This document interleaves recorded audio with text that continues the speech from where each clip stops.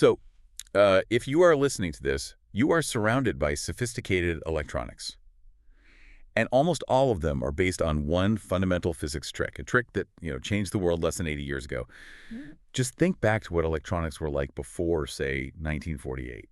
If you wanted to control the flow of current, you were stuck using vacuum tubes, these big, bulky, fragile glass components. They were the original electronic switches, the original amplifiers, but they were so inefficient. They needed a constant stream of high power. They operated at really high voltages, maybe 100 volts or so. And they had a lifespan you'd measure in months, not decades. Plus, and this is crucial, they needed a vacuum to work. The electrons literally had to fly through empty space without hitting air molecules. Right. And the revolution started when physicists realized they could get that exact same precise electrical control, not in a fragile glowing vacuum, but right inside a solid crystal. That shift from these hot glowing tubes to tiny, cool, reliable, solid-state devices, well, that's the whole story of the semiconductor. And that's our deep dive today. We've gone through the source material to give you the ultimate shortcut to understanding the core physics here. We're going to unpack the big concepts from energy bands to these purposeful impurities that turn common things like silicon and germanium crystals into the digital building blocks of, well, everything. Our mission is to walk you through those mechanisms step by step, the ones that let us switch currents on and off billions of times a second using practically no power at all. Okay, let's unpack this, starting with the quantum landscape. We know materials get classified as conductors, insulators, or semiconductors. But what really defines those categories? I mean, at the atomic level? It all comes down to where the electrons are allowed to be and how easily they can move.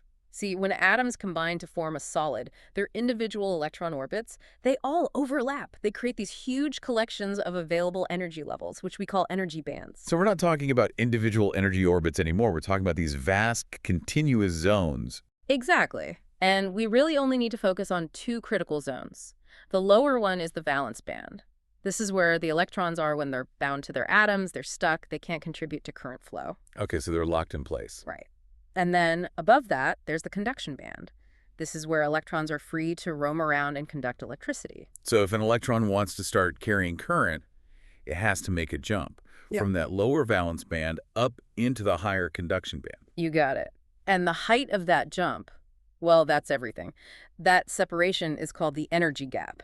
It's what determines a material's electrical behavior, period. Okay, so let's use that gap to define our materials. For metals, the conductors, what does that gap look like? In metals, there basically is no gap.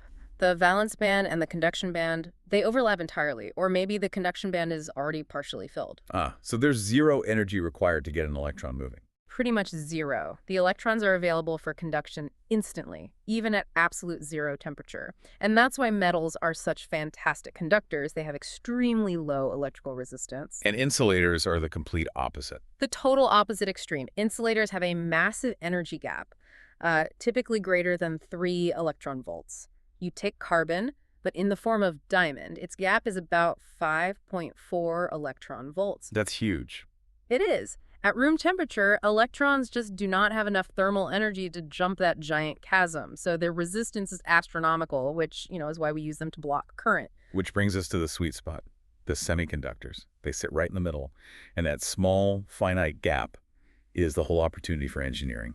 It's the entire ballgame. For pure silicon, the energy gap is around 1.1 electron volts. For germanium, it's even smaller, something like 0.7 electron volts.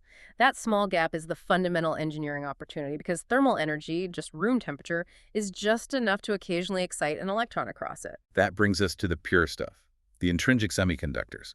So before we start messing with them, how do those small gaps actually generate charge carriers in something like pure silicon? In their purest form, silicon and germanium atoms form this lattice, where each atom uses its 4 valence electrons to form 4 stable covalent bonds with its neighbors. It's a very neat, stable structure. At absolute zero, every single bond is perfect, and the material basically acts like an insulator. But then you crank up the temperature to room temperature, and things start getting a little more dynamic. Yeah, thermal agitation, which is really just heat energy, it causes the lattice atoms to vibrate. And occasionally that vibration is enough to break a covalent bond. When a bond breaks, an electron is freed. That electron immediately jumps into the conduction band, and boom, you have a negative charge carrier. And the spot it left behind. That's the famous and frankly kind of confusing concept. The whole That's right. When the electron leaves, it creates a vacancy in the valence band, a temporary absence of an electron. We call that vacancy a hole. Now, this hole, it isn't a physical particle, but it effectively carries a positive charge. Hold on, you're telling me this vacancy, this empty space, acts like a particle, and it has a positive charge even though no actual positive particle is moving. How is that not just confusing jargon for a missing electron? It is a bit counterintuitive, but it's really necessary to simplify the physics. Think of it like a long line of cars stuck in traffic. One car pulls out of its spot. That space, that vacancy, that's the hole. Now, if the car behind it moves forward to fill the hole, the car itself doesn't move very far, but the vacancy has just moved backward one spot. I see, okay. So the hole's motion is the apparent movement of that vacancy, which only happens when a different electron jumps backward to fill it. Precisely. The hole appears to move toward the negative terminal, and it contributes to current flow just as if it were a positive charge carrier. So every single time thermal energy breaks a bond in pure silicon, you get two carriers at the same time. A free electron and a hole. And because they're generated in pairs, just from heat, in a pure or intrinsic material, the number of free electrons is always exactly equal to the number of holes. That's what we call the intrinsic carrier concentration. And while this whole mechanism is fascinating, it's also why intrinsic semiconductors are pretty impractical. They have extremely low conductivity at room temperature, just not enough free carriers to run a modern circuit. So if the pure material isn't good enough, this is where the engineering comes in, the cheat, doping. How do we increase the conductivity dramatically without having to rely on just heat? We cheat, exactly. We add purpose-built impurities. We call them dopants. This is a deliberate, highly controlled process where we substitute maybe one out of every million or so silicon atoms with a different atom, one that either has one too many or one too few valence electrons. Let's look at N-type doping first.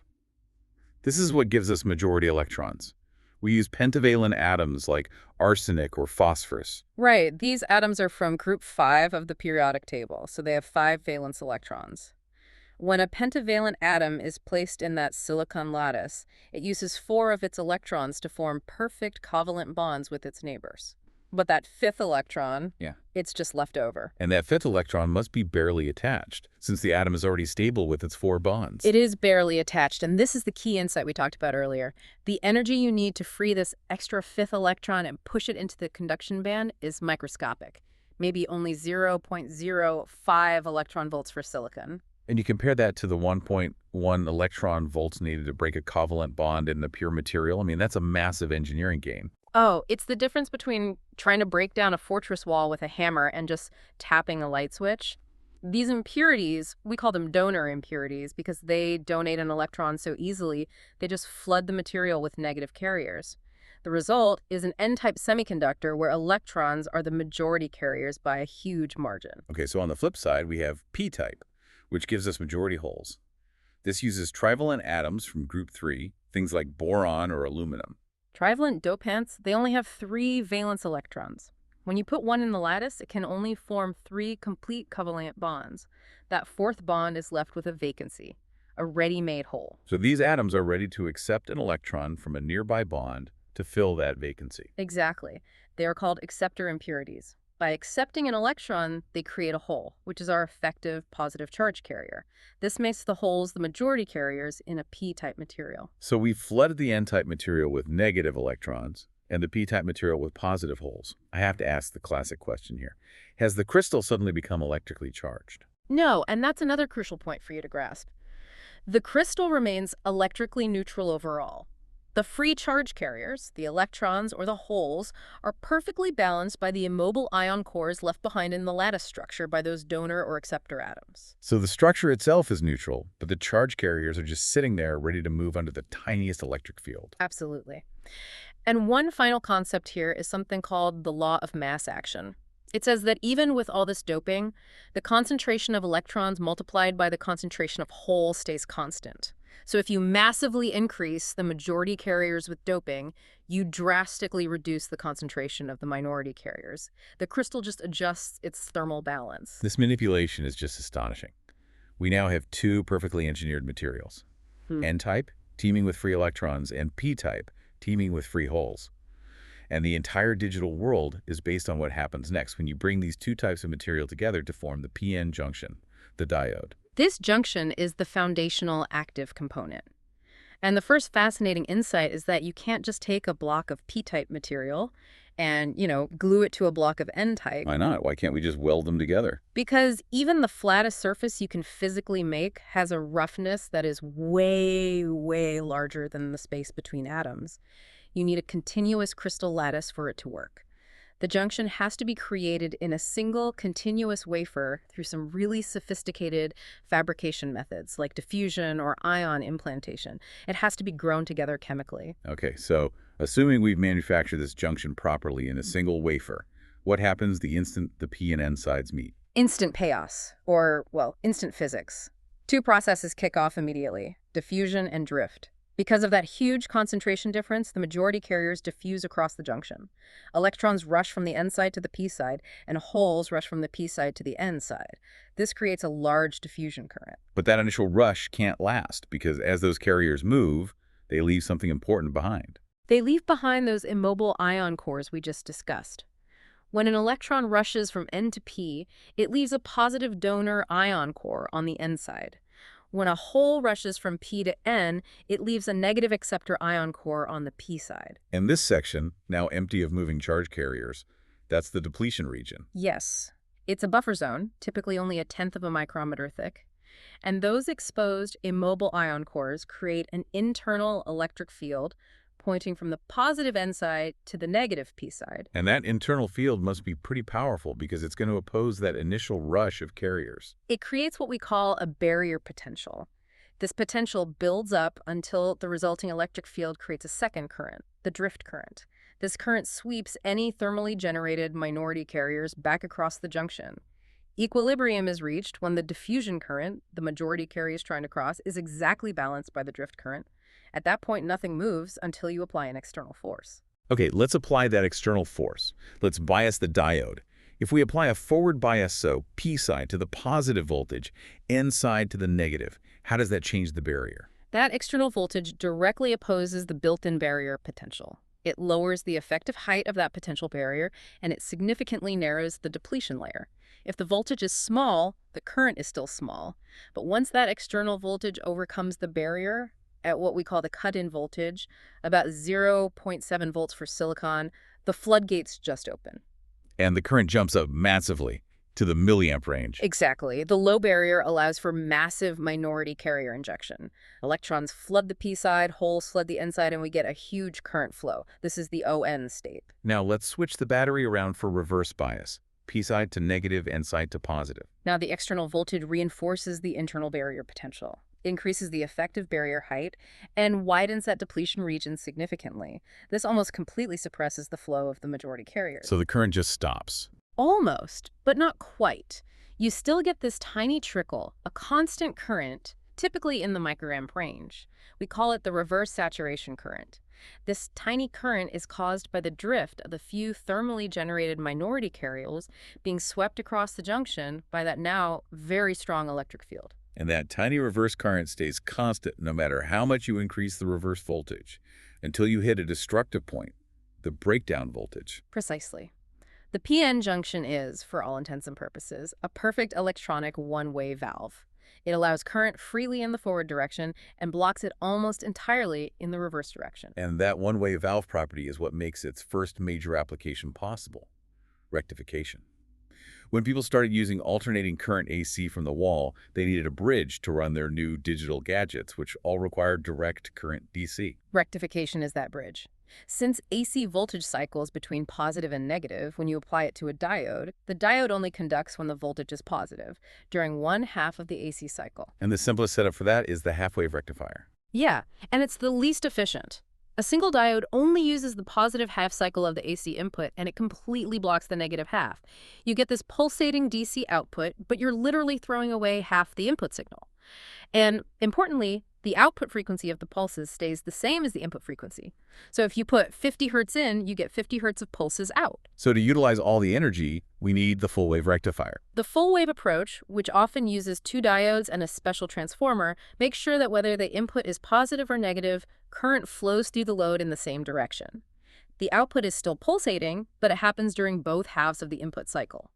This effectively doubles the output frequency. 50 hertz in gives you 100 hertz out, which is inherently easier to smooth out. Right, because that's the last step. Those rectified voltages are still just pulses. If you tried to power a computer chip with that, it would just... And that's achieved with filters. Most commonly, a large capacitor connected across the load. When the voltage pulse peaks, the capacitor charges up really fast. Then, as the pulse drops, the capacitor slowly discharges through the circuit, which fills in the gaps between the pulses. It's like having a reservoir connected to a pump. When the pump is on, the reservoir fills up, but when the pump briefly turns off, the reservoir maintains a steady flow using its stored volume. That smoothing action reduces the ripple and gives us the steady DC voltage we need. Exactly. And the ability to do this, to perform this rectification converting AC to stable DC, was one of the very first revolutionary applications of this new solid-state device. So, if we step back and summarize this whole journey, we went from these bulky vacuum tubes where electrons had to be flown through literal vacuum to a tiny device that is essentially just a carefully structured crystal. We mastered control at the electron volt level. I mean, that's the core takeaway. The engineering genius is in the difference between that 1.1 electron volts, the energy needed to start a carrier in pure silicon, and the tiny 0.05 electron volts required to free an electron from a doped impurity. That minuscule fraction of energy is the trick. That's what allows us to build billions of these switches on a single chip, running at low voltage and dissipating almost no heat. We took a material that was almost an insulator, and by adding just a handful of the right impurities, we gave it the perfect level of controllable conductivity. It's truly profound. The difference between an electron being rigidly bound to an atom and being available to flow is controlled by a fraction of a single volt. And that is what is running your smartphone right now. We started with the necessity of a 100-volt operation and hot, glowing filaments. We end with devices where charge carriers are governed by these microscopic differences in crystal energy states. So consider the profound implications of that fundamental 1.1 electron volt energy gap in silicon. If that gap, that inherent physical property, were even slightly larger, say 5 electron volts like diamond, then thermal energy would never be enough to control carriers. The digital world we live in, based on low-power solid-state switches, it would have been fundamentally impossible. Something to ponder as you look at your phone later today.